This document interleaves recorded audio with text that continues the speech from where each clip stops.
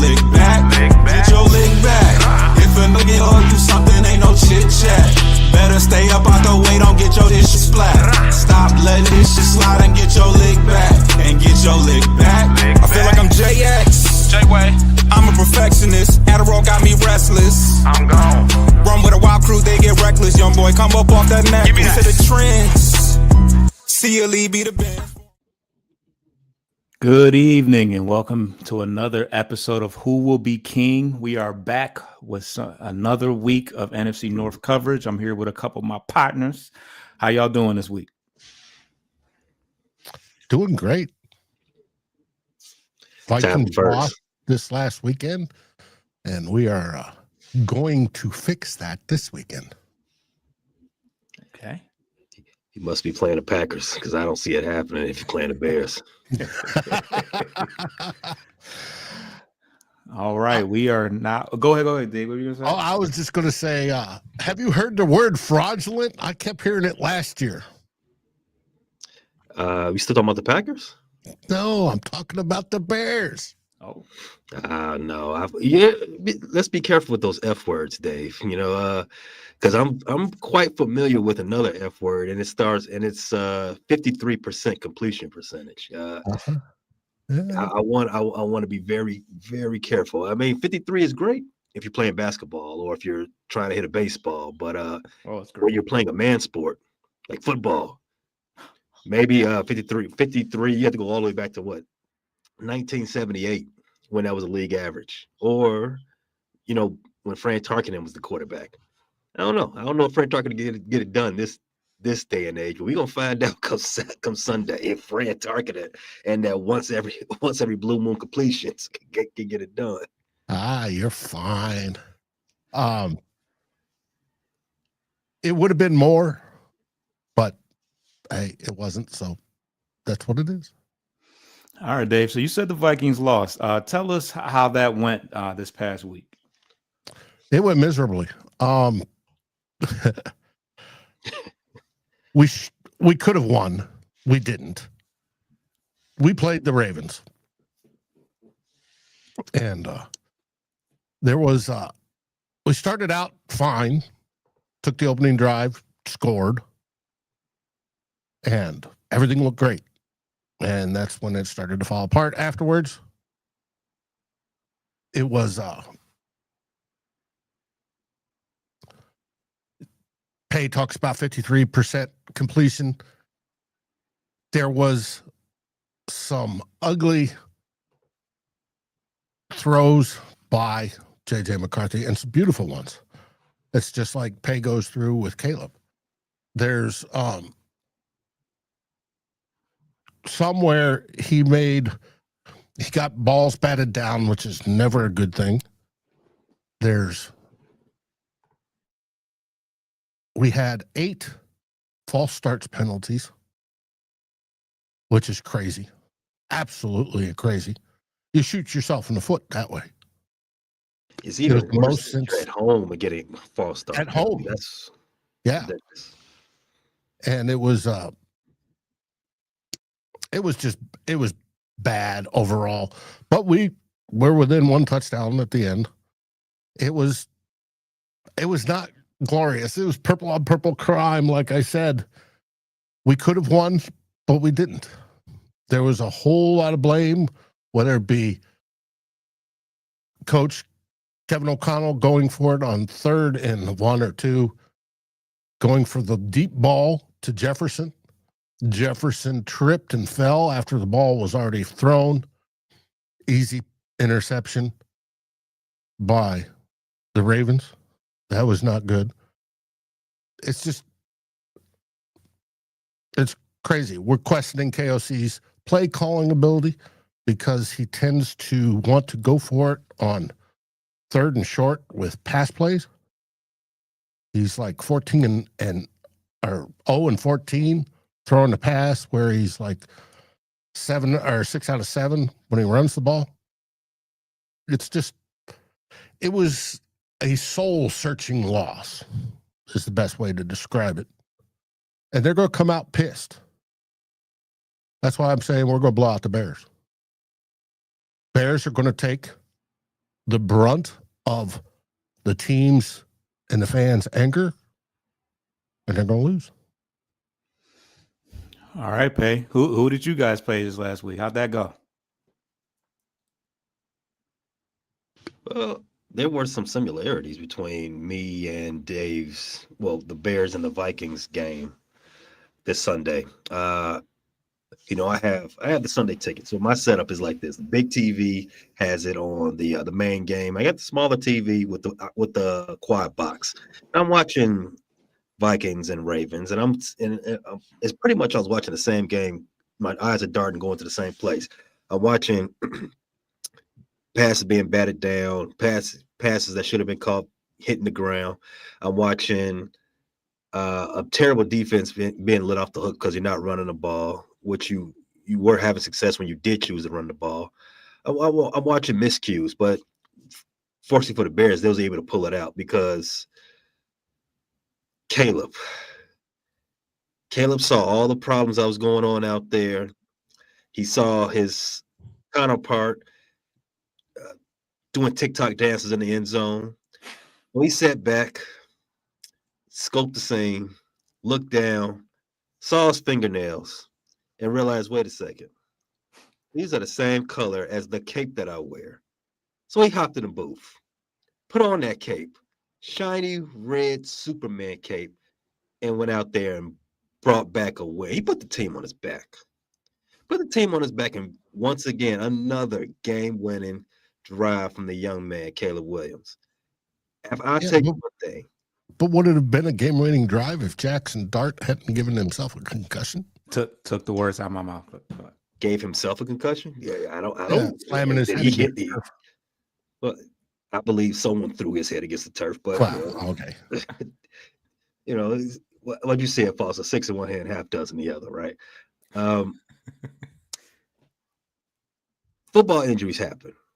Whether or not they take away a win or give you a win, whatever the case may be, I'm not apologizing for a win.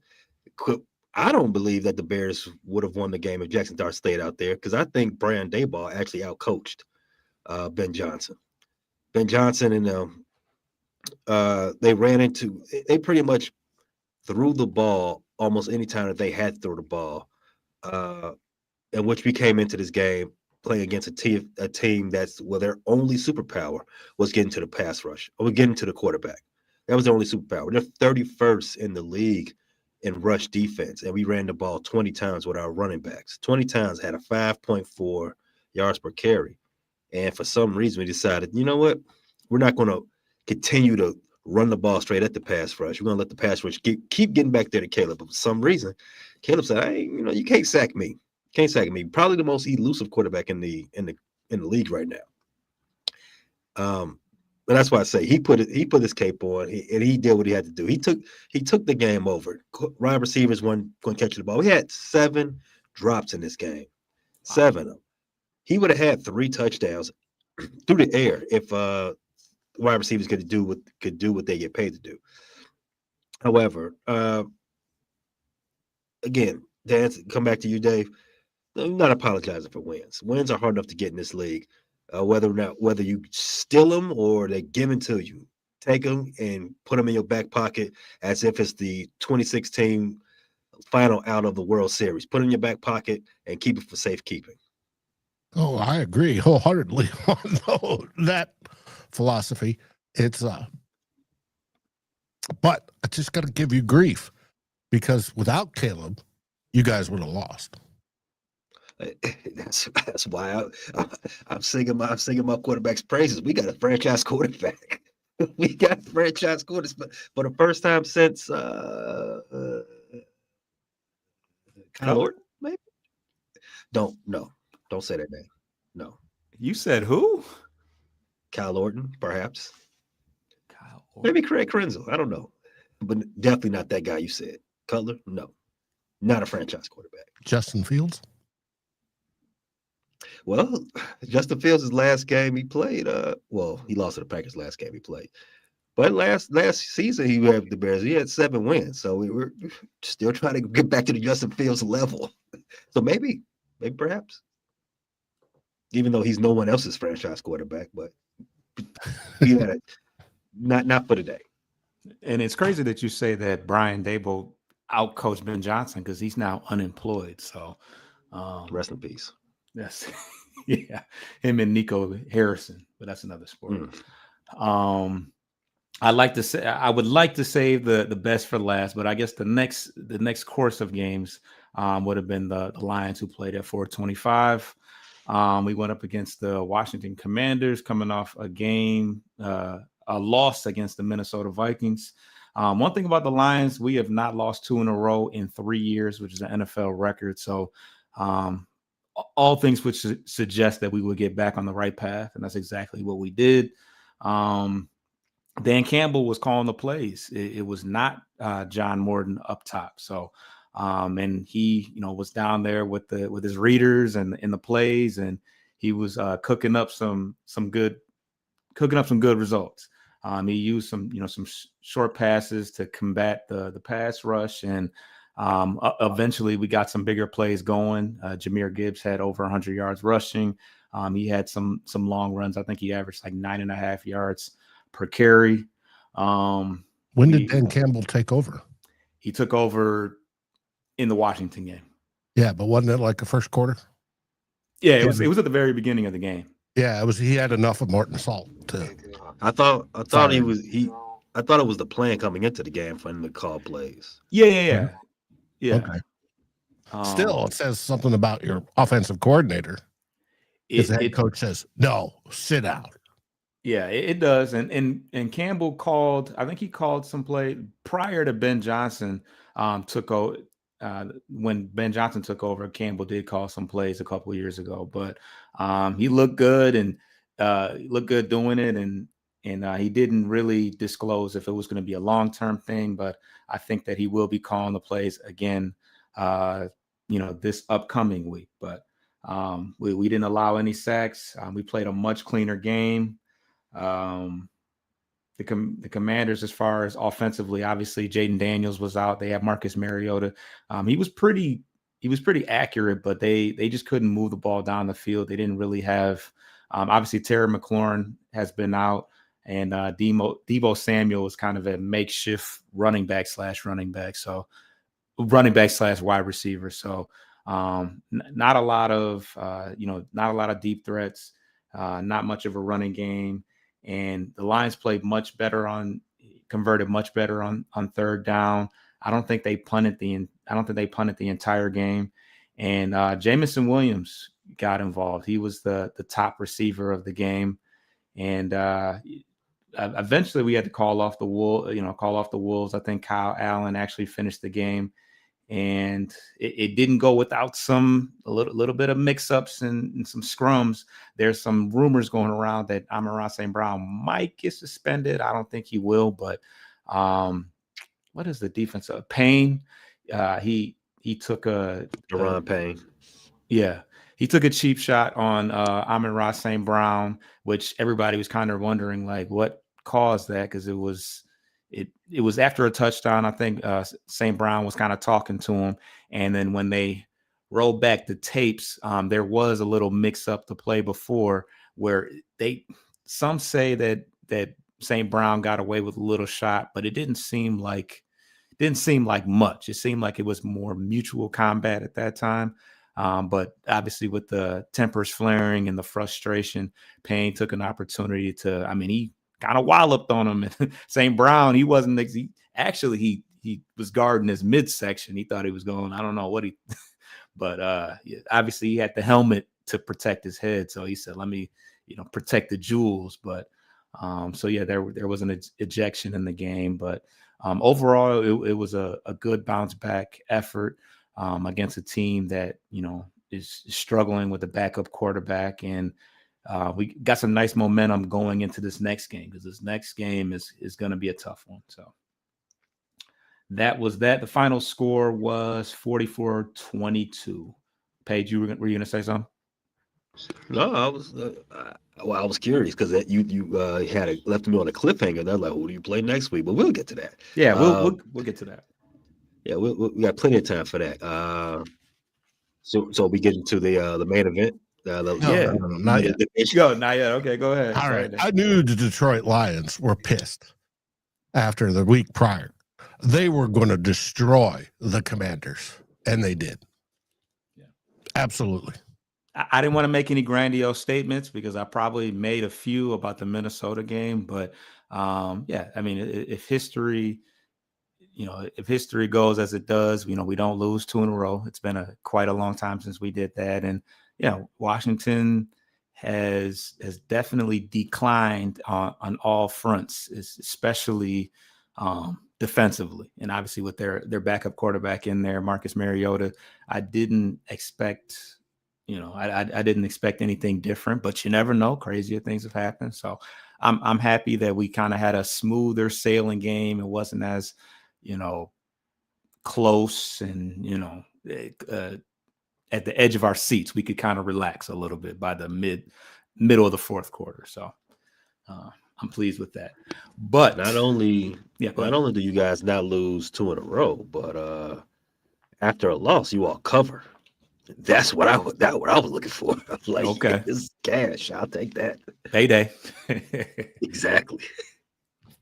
But the last game of the week, Monday night, I believe, was the Packers against the Eagles.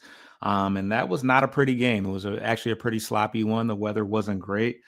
Pretty low scoring, a lot of incompletions between the two quarterbacks.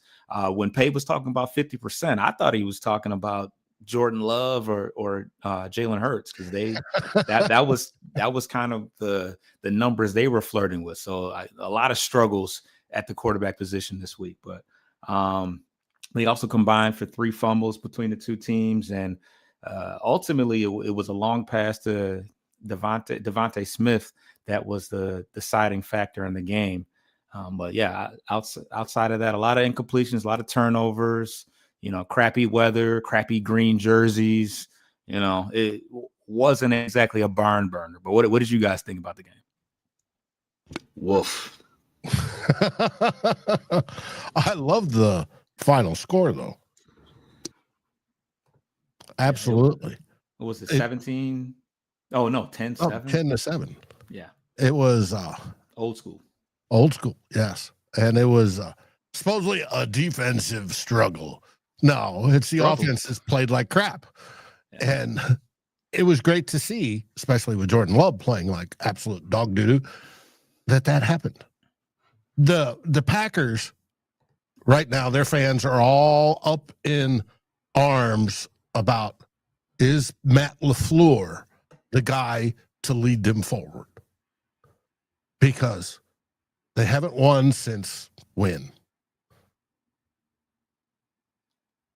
They lost 2 in a row, so. No, I'm talking playoffs. Oh, playoffs. Oh, and it's been, wait a minute. This was supposed to be the year. Jordan Love turned 27. Brett Favre was 27. Aaron Rodgers was 27. They're bound to be Super Bowl contenders. Well, now it looks like they may not even finish in the top 2 in the division. Preferably number 4. Good spot for him. But it's going to be interesting. I always enjoy when the Packers lose, so I'm biased. Yeah, I mean, it was one of those where I was a little conflicted because I'm not a bit, the Eagles coming into town, or not we're playing the Eagles next, and they're obviously somewhere atop the NFC. So if there was a way for them to, I don't want to say tie, because a tie would have just been too much. But if there was a way for them to both lose, that would have been just peachy. But I'll take a Packers loss. I'll take a Packers loss. Eagles can wait one more week to take their L. So yeah. Any other final thoughts as we close the book on week 10? Well, the Packers are the most let me say, I want to say irrelevant. They're the most irrelevant team in the league this year, right? I mean, well, I think they started the year off like, oh, they might be great. And then It took nothing but the Dallas Cowboys, but to take all that luster off of them. They've been trash ever since then. I am so tired of the glaze national media puts on this team, and they're not good unless it's Toyotathon. The whole team is whack, and now Tucker Kraft is gone for the season. You're gonna see the real Packers in. You're gonna see the real Packers real soon because their best player on offense. Yeah, I said it. I said it. Look me right in this camera. Best player on offense is gone. They're gonna be also Rams for the rest of the season. Josh Jacobs is pretty good though. I like Pay's plan better. But you got to remember, Foster, in the hated team hierarchy, Packers are always number one. The one thing that they can be number one at. Mm-hmm. Everybody else falls underneath them, whether it be the Eagles, the Cowboys, the Saints, whomever. They all fall underneath. Do we really hate the Eagles, or do we just hate Philly fans? I mean, you gotta separate the two. I think. I've grown to hate the Eagles a little bit because the co-host of my Tiger show is a huge Eagles fan, and so he is talking spicy this week. And they won the Super Bowl. I had to hear about it all off season, so they're up there in the hierarchy. I'm not gonna lie. There's nothing more American than hating. Well, not hating, but there's nothing more American than celebrating the loss of one of your homies' teams. I feel you. I feel you, Foster. Yeah. That's right. But let's take a quick break, and then we're gonna get on to the next week.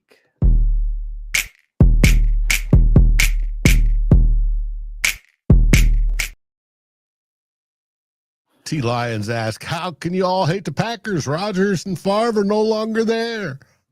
Yeah, but Jordan Love lives on. Count the ways. But before we get to the head-to-head match between the two of you guys, I guess we'll continue. We'll make it brief. The Packers take on the G-Men on Sunday at 1:00, and they are a depleted group. This is in New York or Jersey, however you want to call it, in the Meadowlands. And I think Jameis Winston is going to be the starting quarterback if Jackson Dart can't go. So, it should be some fun. I mean, it won't be the best quarterbacking, but, Winston always keeps it fun. I don't know who he'll be throwing to or who he'll be handing it off to because, I don't know, nobody's had more bad luck than them because they lost Neighbors, Scatterbo, their coach. It's just another rough year for the Giants. But how do you guys see this game going? As injuries go, they've had it tough, but we've all got injuries. I'm not gonna poo-poo or cry them a river. I mean, you got to next man up. That's why you have 53 guys, so you got another one to pull up. But the Giants are playing the Packers, and I would love to see the Giants break, their losing streak to come to an end now. They played a very good game against the Bears. I already said I think Dayball outcoached Ben Johnson. While he still had Jackson Dart out there, they looked like a better squad for the first 3 quarters of the game. The way the Packers are playing, I can't see how they aren't even evenly matched. You got Jameis Winston, who's a wild card, as you already said. I don't believe Jackson Dart's going to play. Jameis Winston. Yeah, I mean, you don't know what you're going to get out of him. You might get 4 touchdowns. You might get 4 interceptions. You never know. But it's going to be a show. I know that much. And I'm looking for a show after because I feel like the Packers always won. From that Monday Night Football game where they put America collectively to sleep, they owe us a show. And I believe that's why the call came from New York. Put Winston in the game. We're going to get some fireworks one way or the other. Yeah, because it could have been Wilson. I don't know. I mean, I think he got in for the Bears. You probably know a little better. It was pretty bad. It was horrible. I knew that's what I knew the Bears was going to win. Like, oh yeah, Russie's in the game. Russie. No worries. Russ No needs to retire. worries. He cannot throw the ball. Go home, Russ. His wife posted on Instagram, and I'm being respectful by calling him his wife. That is his wife. His wife posted on Instagram later on that day, and I'm like, bro, why are you even wasting time? Don't play football anymore. Go home. Go home. You're cooked over here. You're done. Go home and be a husband and dad. That's where the money's at. Go do that. Well, I'm hoping last week was Packers' start of their demise. And that, every time a head coach gets fired, usually the team comes out balling the next week. They do. So hopefully that's the case with the Giants. Especially if the new quarterback bump you get, you don't just, as a gambler, do not overlook that. Whether it's I don't have the necessary time I have to plan for the new quarterback or something. It's something about that new quarterback, new coach bump. Hey, don't write off the Giants. You might get I would say put a little action on the Giants might not be the worst call in the world. Hey, Packers are favored by 7.5. You're not going to cover that. You're not going to cover it. Probably not. But this is the part of the show that I've been waiting for. This is the head-to-head match between the two of you guys. Either one of you can take over at this point and see how you see the game is going to go from your point of view. We'll start with Pay. Pay, go ahead. Pay. Oh, I was seating the floor to my man Dave there, but okay, let's go. So the Bears, we got to run that fade back, Dave. You guys got lucky in week one. I'm gonna call it. Got lucky in week one. We didn't do what we were supposed to, but just like my man Lethal Shooter on TikTok, I get it now.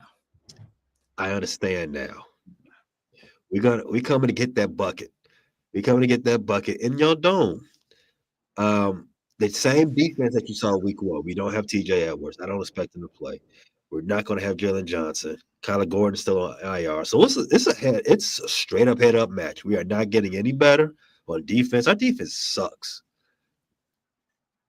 What's going to help us out is JJ McCarthy's going to give us a couple of easy ones. As you remember in week one, gave my boy Nashawn Wright. Your boy Nashawn Wright gave him an easy one. House call. I expect at least one more of those come Sunday.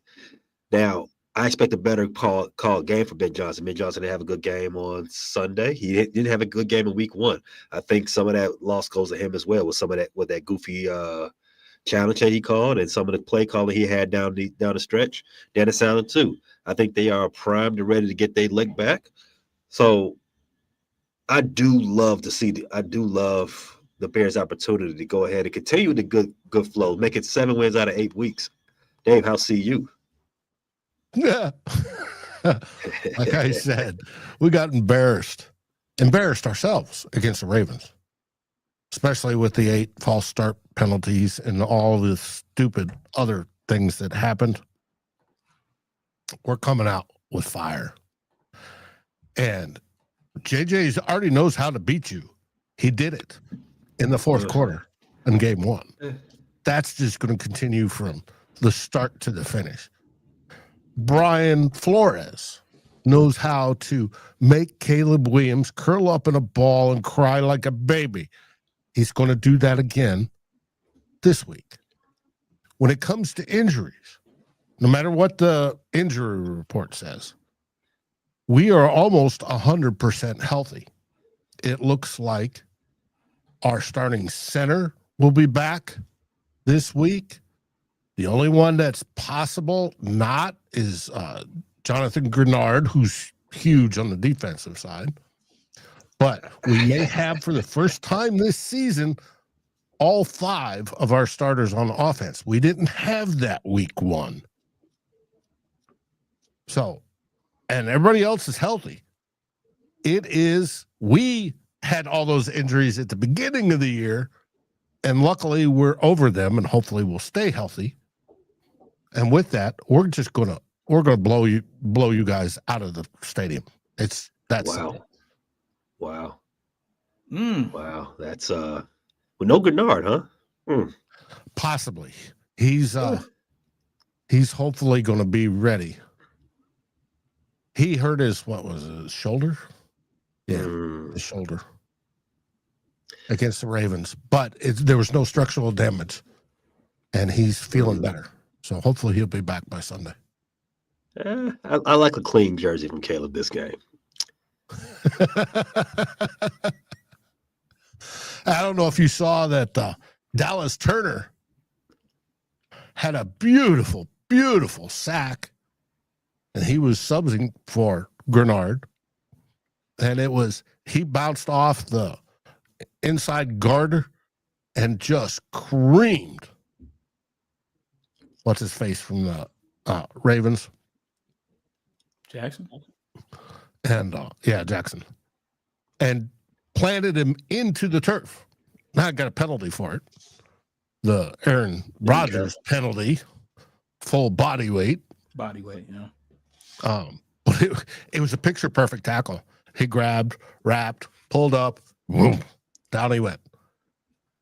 But I hope he's not lined up over 58, because it's gonna be he's gonna have a frustrating day. Number 58, Darnell Wright for the Bears I don't think there's.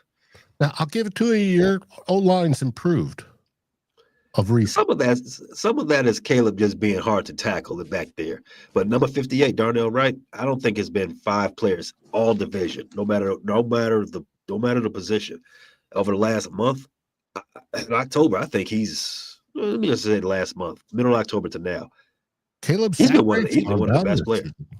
Oh yeah. But it's partly because the guys are playing better. Theo Benedict's better than Braxton Jones. Darnell Wright has come into his own. Theo and not Theo, but Joe and Dalton, they've been okay as far as pressure rate's concerned. But when the guys when they do get pressured, Sunday is a great example. Caleb is spinning out of that stuff. He is not allowed himself to get touched dirt. He is a magician back there. That's the first time. Well, not this week. It wasn't the first time, but that ability is the Patrick Mahomes stuff that they had said coming into the league. He gets out of trouble, and he's like, oh, now it's time for me to make magic. That boy's gonna be it's gonna be magical. Yeah, you're welcome, Dave. I'm gonna get to you get to see a show Sunday, man. I'm envious of you. I've seen it before. I've seen the movie. You get to see it for the first time. So you're gonna take the Bears, even though the Vikings are favored. They could be favored. Bear down. You guys are the home team. You're supposed to get the home edge right now. It's what, 2.5? That's on an even deal. No, it's 3.5. 3.5. You give 3. You give 3 to the home team. I like it. Okay. But it's as you always know, Dave, it's bear down. Yeah, it's gonna be calling the medical guys bear down. All right, so that's the 1 o'clock time slot. The last game on Sunday, the game of the NFC North. Yes, of course. But the last game of Sunday is the Eagles against the Detroit Lions. The Eagles are 7-2, I believe, and they started the year on a bit of a little hangover from their Super Bowl win.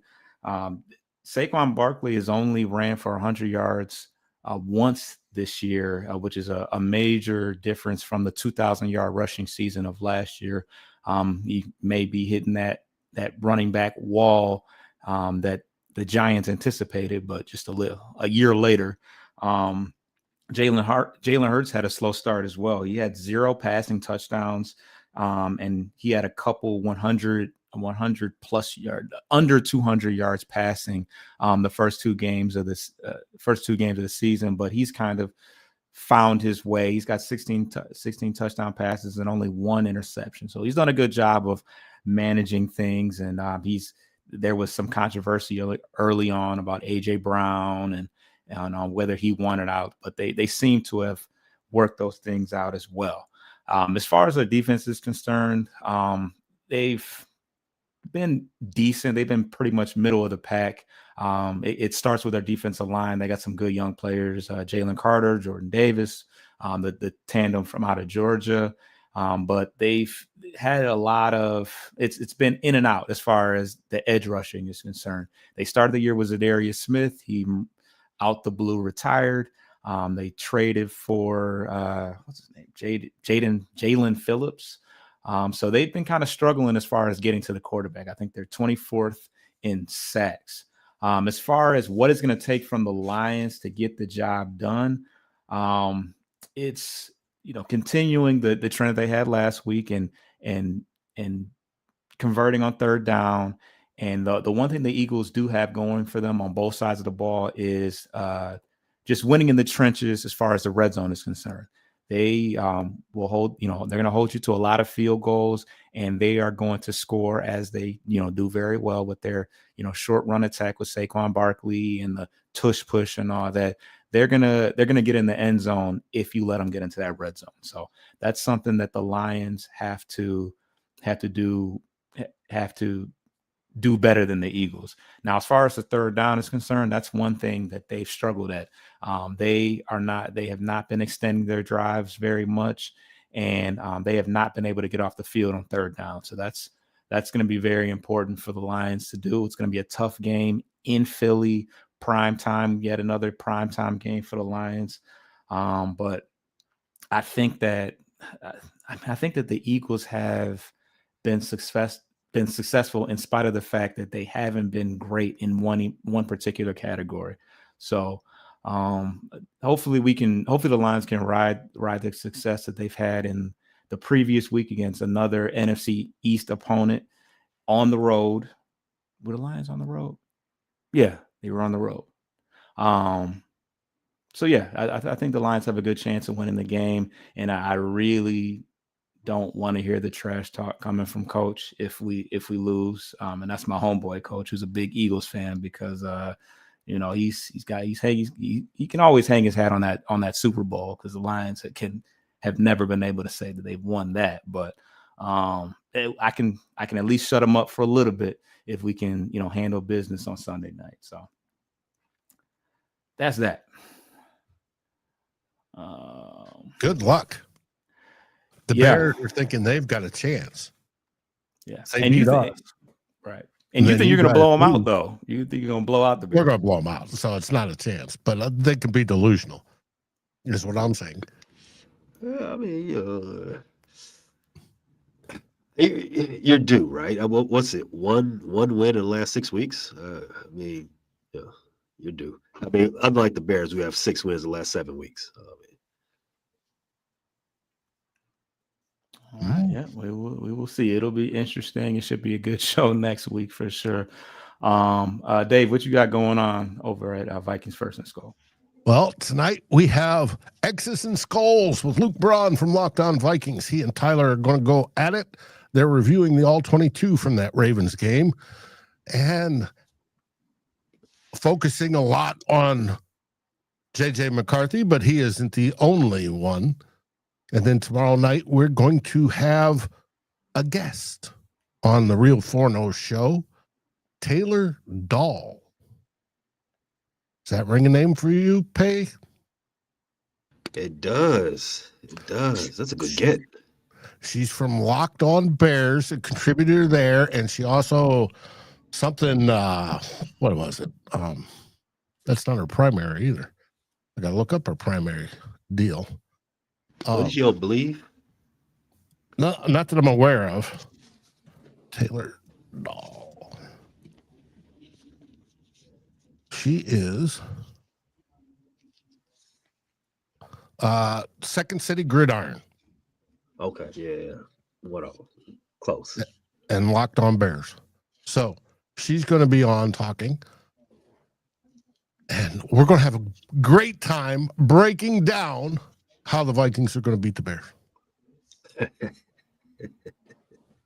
Pay, what you got going on over your way? It's always the same over at the Frustrated Chicago Sports Fan channel. We got our semi-daily basketball coverage of those surprising Bulls. So Caleb isn't the only person that sees red. The Bulls are seeing red right now too. We got that, I guess, every other day. As far as Bears coverage, Friday you got the review of our rematch with the Minnesota Vikings. That will hit your airways wherever you get podcasts, and also available on YouTube. And right after the game, you got your post-game rant brought to you by JJ3 and the wonderful Tiff. So it's always something over here at the Frustrated Chicago Sports Fan Channel. Never lacking for the content, the sports content coming out of Chicago. And over at Bleachers to Speakers, you can find some content just about every day. Obviously, the Pistons are cooking right now. I think they're 9-2 in first place. So, that's exciting, and we will be covering that. And every Monday, you can catch us over at the Central Division Showdown. So we run that show once every 3 or 4 weeks. And as far as the Tigers are concerned, it's kind of quiet.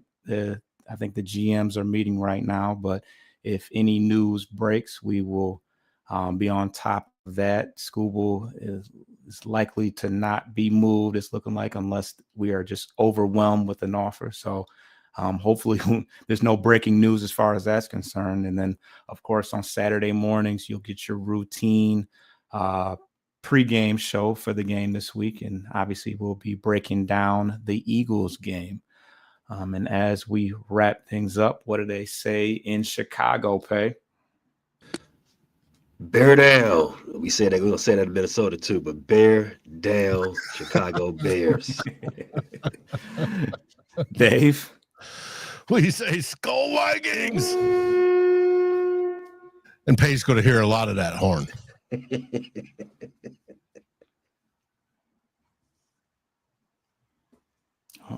No lion sound this time. There we go. There we go. Thanks for joining us. Get your lick back. If a nigga owe you something, ain't no chit chat. Better stay up out the way, don't get your shit splat.